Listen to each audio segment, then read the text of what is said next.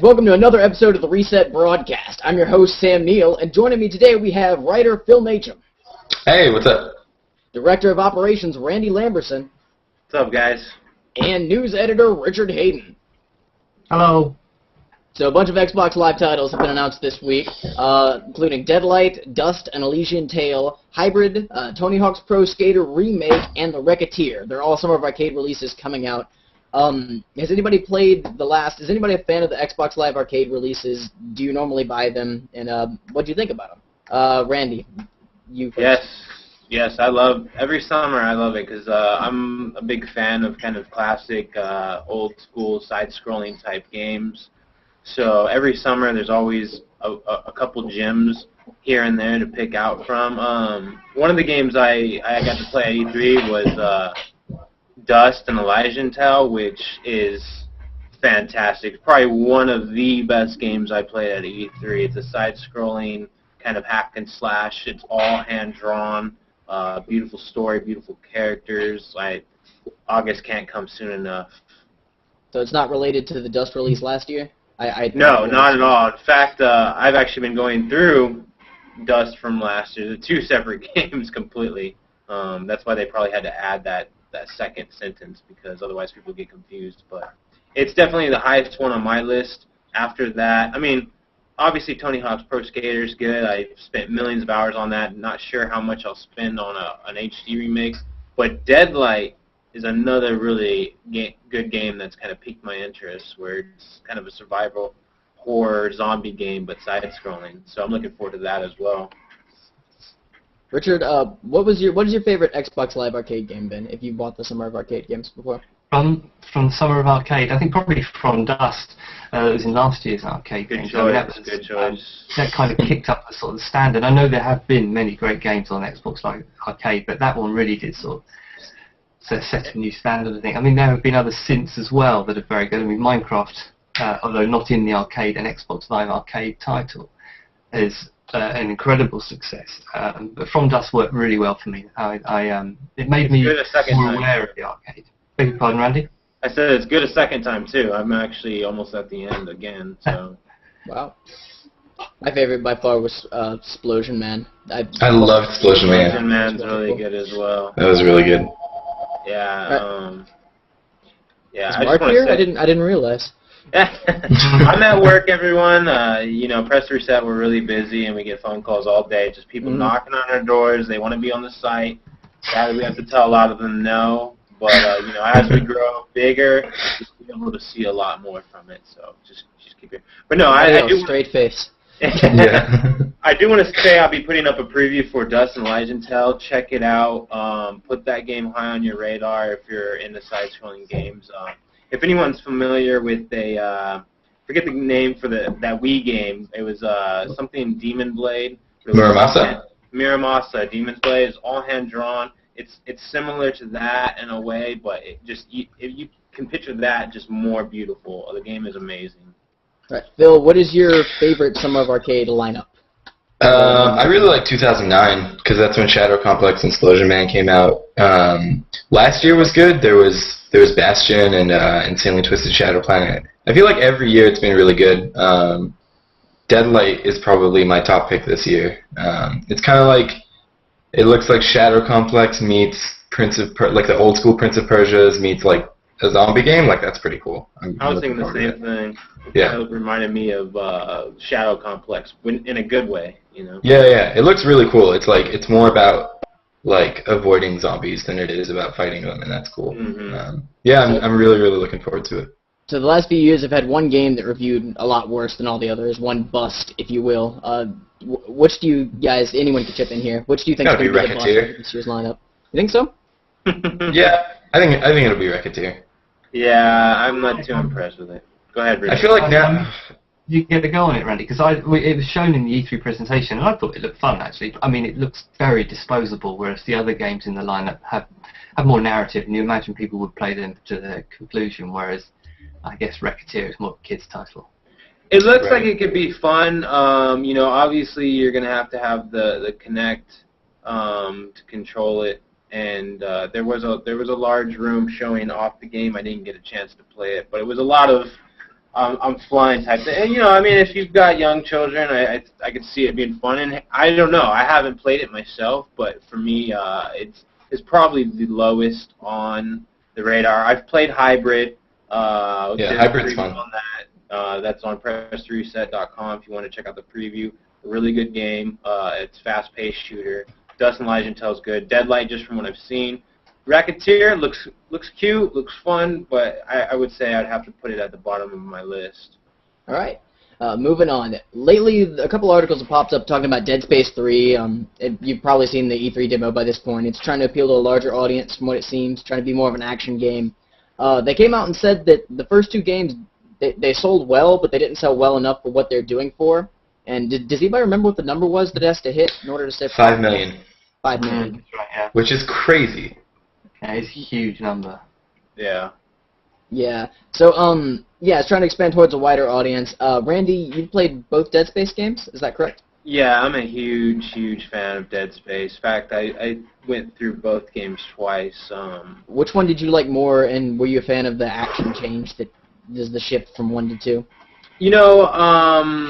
Dead Space 1 really set the bar for me and had that horror aspect, but then Dead Space 2 came in and just kind of refined the controls, refined the play style, and shocked me a little bit more. I mean, I would have to go with 2. 1 is, started it all, but 2 I think was a better package overall if you exclude what I feel was a tacked-on multiplayer that they tried to charge people to play. So you feel that it didn't lose any of the horror aspect between 1 and 2? No, I don't think so at all. I think it if anything, well, for me, the whole Isaac going crazy and starting to see things, so you don't know what's real, what's not real, and you'll just be walking in a room, when normally in Part 1 you'd have some kind of indication that there was going to be something popping out, whereas in Part 2 you could walk in a room and bam, his mind just plays a trick on him and stuff starts coming out of the walls. So it was a little bit more surprising with the horror aspect in Part 2, so I enjoyed it. Plus, who knows, I had brand new headset, turned the lights off, that's how I like to play those games. Yeah, yeah. So, yeah, lots of games are trying to appeal to a broad audience lately. The general public kind of views going to a broader audience as a dirty term, if you will. Phil or Randy, do you think that any game, not Phil or Randy, sorry, Phil or Richard, do you think that any games would benefit from going to, from moving to a larger audience? Like, do you think there are any games now that are a bit too niche to their own detriment? I mean, the Red Faction games, like, I wouldn't say they're niche by design, like, they're pretty much, like, straightforward action games, but they are niche in the sense that they never sell well. Yeah, I don't know. I mean, in general, people always get upset because it's like you're changing the design principles of a game for the purpose of sales. But then you have to realize, like, these people are risking a ton of money, so you can understand why. I don't know. I mean, I can't really think of. I'm usually I don't like horror games. Like they scare the shit out of me. So like Dead Space 3 might be the first one that I'm not too afraid to play. You're like, I got a friend going with me. I can play this one. Yeah, exactly. I mean, like, not to your teddy bear and all.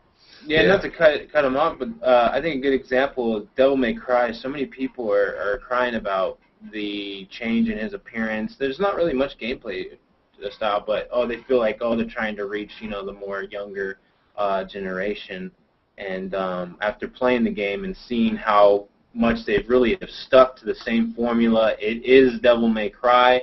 It's just you got to realize some of these companies, that's their baby more than it is the fans.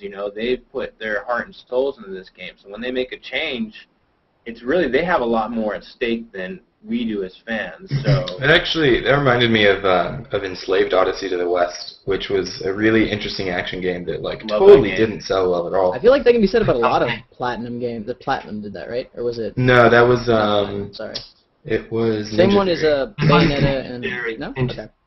No. Vanquish. It was Ninja Theory. So I mean, that's the kind of game where I think if it was like a better action game, then it might have sold better. But I don't know. I love that game, by the way. Yeah, it was really good. Same with Vanquish. Really underrated titles that if you haven't played them, pick them up. You'll be pleasantly surprised. Richard, do you know of any games that would benefit from going mainstream to a broader audience? Well, again, like Phil, I I don't know that I necessarily could pick a specific game, but he hit the nail on the head. Economics dictates this. If a previous game sold middling, but they think there are more sales in it, then they're going to do that. They're going to throw it open, so see what we get. And it may not be successful at all, but they're going to try it because it's an IP that has got an audience, and they have an idea of where they can grab some more audience, and we'll throw it all together and see what we can get. And maybe sometimes I come up with something great. Right. I mean, Rayman Legends is my. Yeah, that's a good one. I mean, a lot of times the diehard fans, even if they're upset about like how like they'll buy it anyway. Like everyone who's complaining about Resident Evil 6, they're still gonna buy it. Everyone who's complaining about Splinter Cell, and they're still gonna buy it. Yeah. So it's like you maintain the audience even if they're upset, and then you get new guys too. So I think co-op and multiplayer seem to be the go-to for developers to broaden their audience. It's like, well, let's throw in co-op, let's throw in multiplayer. I mean, look at God of War. Yeah, it's also a matter of like. Well, so it's also a matter of like that stuff. People don't sell their copies if they can play. Yeah, they want more time with it. God of War, I was really shocked to see that they were adding multiplayer to it because I couldn't really envision God of War as a multiplayer game. I didn't get a chance to try it, but I watched it. It looks kind of cool. Obviously, if it was a one-on-one, you're just hacking, slashing each other up. It's going to go nowhere. It's going to be like Resident Evil 5 when you would just stand in front of each other, shooting at each other's face. But now it's more like you can team up, you can capture points. So it depends on how they do it, I think, whether or not they're going to be successful in it. All right. Also this week, they detailed that an Okami HD remake is coming to the PlayStation 3. Richard said that he was a fan of Okami earlier. Richard, what do you think about it coming to the PlayStation 3, and will you be playing it with the Move? Do you own a Move? I already own it on Wii, so I probably won't be getting it for PlayStation, but I can't see it being a bad move at all. I think it's a fantastic game, one of the great games on the Wii, and it's a game that has an unusual mechanic in it, which the motion control might actually work. Oh, it does work very well on the Wii, so I don't see why it shouldn't work well on the Move as well. So it's the artistic brushes. I don't know if you're familiar with the game. You get to paint part of your scenery. So if you need to cross a river, for instance, you paint a bridge, and that is done by the motion control, and it worked beautifully well on Wii. I think it would be very pleasant on PS3 too. Do you think the visuals are going to match up? Well, that's different. I mean, there'll be an upgrade. It depends on how they approach that. Whether it's a technical rebuild or just a sort of cheeky upgrade. I think if they do it the right way, then it should be great. Gotcha. Randy, what do you think of Okami, and are you excited for the next one, if you'll be playing it? Yeah, I mean, I agree 100% with Richard. That is a game that Move or Wii or motion controls make sense. I played it on the DS, and like you said, you're able to paint your surroundings and do different moves. Using the stylus to paint or to cut trees, whatever it was, worked extremely well, is where if you had a target or a reticle that you had to control with your stick, I don't think it would be as fun. So I think that's a smart game to move to the Move. No, not to sound funny, but yeah, move to the Move with Okami then. And like you said, as long as it's not just a slap of quick upgraded paint and they actually make it full HD, I want to play it. I'm not going to go buy a Move for it, but it sounds interesting. Go ahead, Phil. You were saying? Yeah, I mean, so this probably isn't going to happen, but just spitballing, I think it would be cool if they did something like with a Wii U controller or with like a Vita crossplay kind of thing where you could like use a touchscreen and you could draw with a touchscreen. I don't know. I think that would be interesting. I'm sure it won't happen, but yeah, no, I've never played Okami. I'll get up Nintendo on the phone and see what they think.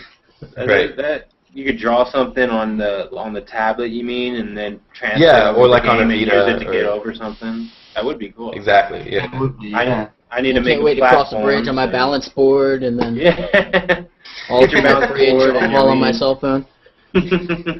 Yeah, you could use Smart Glass and use your iPad. I don't know. I'm excited. It's like $20.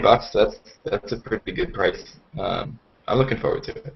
But you know what? I mean, you're right. That is a good price, but we shouldn't be paying full whack for HD remakes of 5-year-old games. Yeah, unless you haven't played it. I mean, if you've already played it. Yeah. Obviously, had I played it, yeah. I think if you played it, get out there and play it 'cause it's fantastic. Yeah. I mean, HD remakes tend to be about $20. I think. Crisis on 360 was $20. Shadow of the Colossus. Alright, so also this week, they announced that the Saints Row DLC that they announced and everybody was excited for, there was originally a April Fool's prank, Enter the Dominatrix, got delayed to Saints Row 4. So yeah, THQ, sorry. Do you think THQ is trying to capitalize on the most successful franchise? Do you think this move was on THQ's part, or do you think that the Saints Row developers, Volition, is that right? Yeah, Volition. Yeah, do you think this move was on Volition, or do you think it was on THQ? Phil, you said. I mean, I think what happened was that, what's his name, Jason Rubin is the new CEO. He basically saw it, and somehow they decided, hey, if you had some more time, you could turn this into a full-on game. So, I mean, it's sort of at the point where, like, I can forgive THQ for making these kinds of decisions because they need all the money they can get, and I'm sure they would like to charge $60 for this instead of 20 or however or 30 or whatever it was. And I mean, Saints Row was a fun game that a lot of people liked. And I mean, I don't know. Whatever if they're still like in business a year from now, it'll be a miracle. So whatever it takes, I guess. Saints Row the Third was my favorite game of last year, to be quite honest. Out of everything last year, even Skyrim, I like Saints Row more than all of it. Really, I just played it a few weeks ago. I thought it was okay. I liked it. I loved it. Did something different. Its sense of humor was right up my alley. I know, right? I've already seemed young enough to this audience as it is, and now I'm just. We've seen your intro. Yeah, right. I will say that I played Saints Row 2. I mean, people may hate me. I thought it was garbage. I never. Played I didn't like Saints Row 2. 3 was a lot better. 3 was, I have to agree with you. It wasn't my favorite game, but it was outstanding. And the reason why is I was able to go through the whole game with a partner, and just, you know, the city's huge, so he'll be off doing something and all of a sudden fly over on his hover bike and be like, hey, want to go kill some zombies? That, to me, appealed to me because it was like we were in our own virtual playground, and I thought it was a step above 2, a huge step above 2. Yeah, I agree. I think what basically sums up the entire game and why it's awesome is the animation of jumping into cars. Just the way you crash right through the front windshield, drive off. Little touches like that made the game wonderful. So anything related to Saints Row, I will suck all of it up. I want everything related to Saints Row.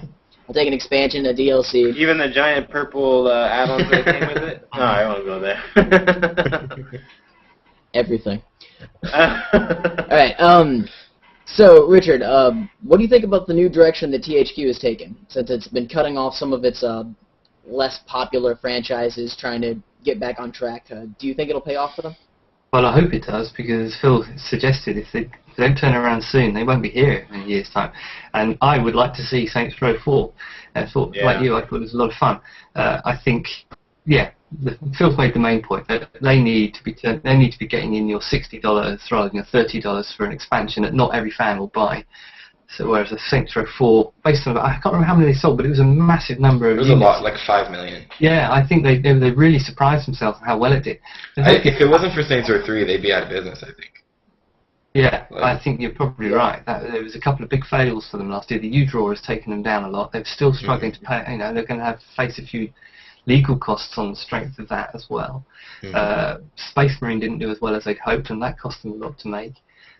So they do need a success. I can see why they think that Saints Row 4 is the best bet, and they want to get that on the shelf as quick as possible. So they don't want to be running this DLC of Saints Row the Third for another 4 or 5 months. Let's get straight into the program and get the new game up and out on the shelves. Get $60 off everybody. I'd say the other thing is Darksiders. Is anybody looking forward to Darksiders 2? I owned the first one, but I never really got around to playing it. Yeah. There's also they're publishing company Heroes, right? Is that them? I think so. Was that talked about at E3? I'm sure it was. I don't know, but I have a feeling that, like, I think they're trying to push that game. Don't look at me. I wasn't there. I'm just kidding. I'm really excited for Darksiders 2. I thought Darksiders 1 was one of those underrated games that not many people really had the chance to experience. It's a lot of fun. So Darksiders 2 looks like it's continuing that story, and I'm hoping that people will kind of open their eyes and realize that, hey, this is a good game, and pick up part 2, because I would like to see, because you got 4 Horsemen of the Apocalypse, and they're trying to tell all 4 stories. So, you know, I want to be able to see the last 2 after death, obviously. So you got war, then death, and you got to see the other 2. All right. All right, guys, that's going to about wrap up this week. Stay tuned to PressToReset.com. Check it out for features, reviews, interviews, upcoming things of that nature. Also, listen to the Reset transmission every either Tuesday night or Wednesday morning, depending on when the show goes up. Check that out every week. Yeah, stay tuned. Thanks for joining us. Thank you, Phil. Thanks. Thank you, Randy. Thanks, guys. Thank you, Richard. No problem. Take care. I'm Sam. Thanks, guys. See y'all next week.